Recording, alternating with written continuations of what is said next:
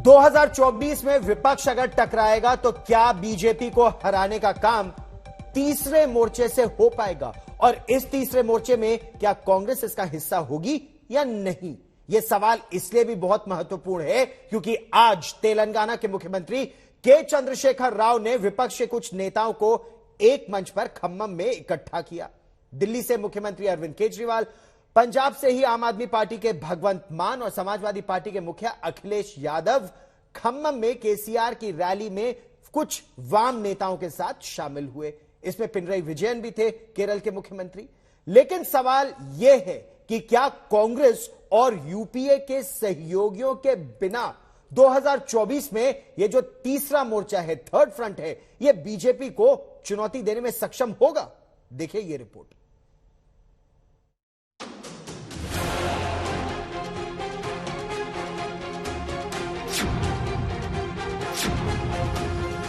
बड़े बहुमत के साथ भारतीय जनता पार्टी चुनकर आएगी और मोदी जी फिर से इस देश के प्रधानमंत्री बनकर इस देश का नेतृत्व करेंगे। बज गया 2024 की चुनावी जंग का बिगुल। दिल्ली में मोदी ने कहा बस 400 दिन बचे हैं। दक्षिण में केसीआर की रैली से दिल्ली का दांव। 2024 के सियासी संग्राम के लिए सत्ता और विपक्षी खेमे में चुनावी युद्ध की तैयारियां जोर शोर से शुरू हो गई। अभी कल ही भारतीय जनता पार्टी की मीटिंग खत्म हुई है और उन्होंने कहा कि 400 दिन बाकी हैं। हमें तो लगता था कि ये सरकार तो वो है जो दावा करती थी कि हटेगी नहीं। अब तो वो स्वयं स्वीकार कर रही है कि अब 400 दिन हैं। जो सरकार अपने दिन गिनने लगे, जो सरकार अपने दिन बताने लगे, समझ लो ये 400 दिन बाद सरकार रुकने वाली नहीं है। अब तो 399 दिन बचे हैं। मोर्चेबंदी शुरू हो गई। फिलहाल एक तरफ दिल्ली की सत्ता पर पूरी ताकत के साथ काबिज प्रधानमंत्री नरेंद्र मोदी है, तो दूसरी ओर उन्हें चुनौती देने के लिए विपक्ष मोर्चेबंदी में जुटा है। इस मोर्चेबंदी की तस्वीर तेलंगाना के खम्मम से आई। तेलंगाना के मुख्यमंत्री के चंद्रशेखर राव ने खुद को बीजेपी को चैलेंज देने वाली एक राष्ट्रीय शक्ति के तौर पर पेश करने के लिए रैली का आयोजन किया। इस रैली में उन्होंने समान सोच रखने वाले दलों के चुनिंदा नेताओं को बुलाया। दिल्ली के मुख्यमंत्री अरविंद केजरीवाल, पंजाब से भगवंत मान, केरल के मुख्यमंत्री पिनरई विजयन और समाजवादी पार्टी के अध्यक्ष अखिलेश यादव के अलावा सीपीआई के डी राजा उनके बुलावे पर हैदराबाद पहुंचे। केसीआर समेत इन सभी नेताओं ने यदाद्री मंदिर में दर्शन किए। 1200 करोड़ रुपए खर्च कर केसीआर सरकार ने इसका काया पलट किया है। इसे बीजेपी को चुनौती देने के लिए हिंदू कार्ड के तौर पर भी देखा जा रहा है। बहरहाल यहां से ये नेता अलग अलग हेलीकॉप्टर से रैली के लिए खम्मम पहुंचे, जो हैदराबाद से 200 किलोमीटर दूर है।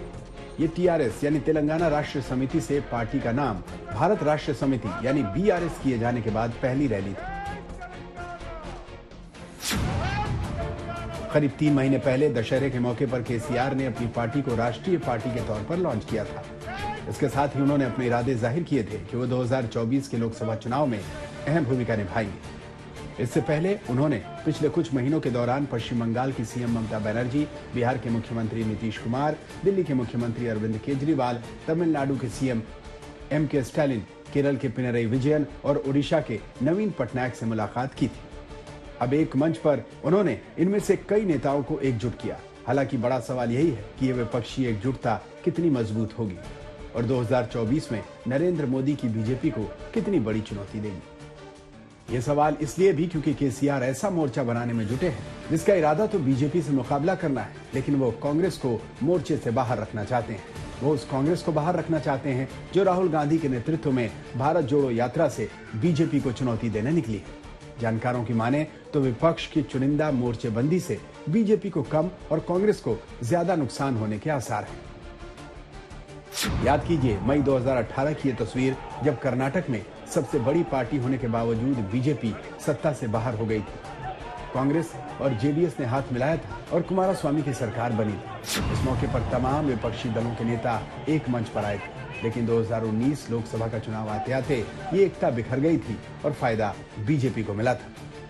हाल के चुनाव में यह देखा गया है कि जिन राज्यों में कांग्रेस बीजेपी के बीच सीधी लड़ाई है, वहां क्षेत्रीय दलों की उम्मीदवारी से कहीं न कहीं बीजेपी को ही फायदा मिलता है। ऐसे में जहां पीएम मोदी ने कार्यकर्ताओं को 2024 के चुनाव की तैयारियों में जुट जाने का संदेश दिया, उन वर्गों को भी साथ जोड़ने का मंत्र दिया जो बीजेपी को वोट नहीं देते, वहीं विपक्ष के नेता सबको साथ लेने के बजाय चुनिंदा मोर्चेबंदी में जुटे हैं। अब्दुल बशीर, खम्मम, आज तक।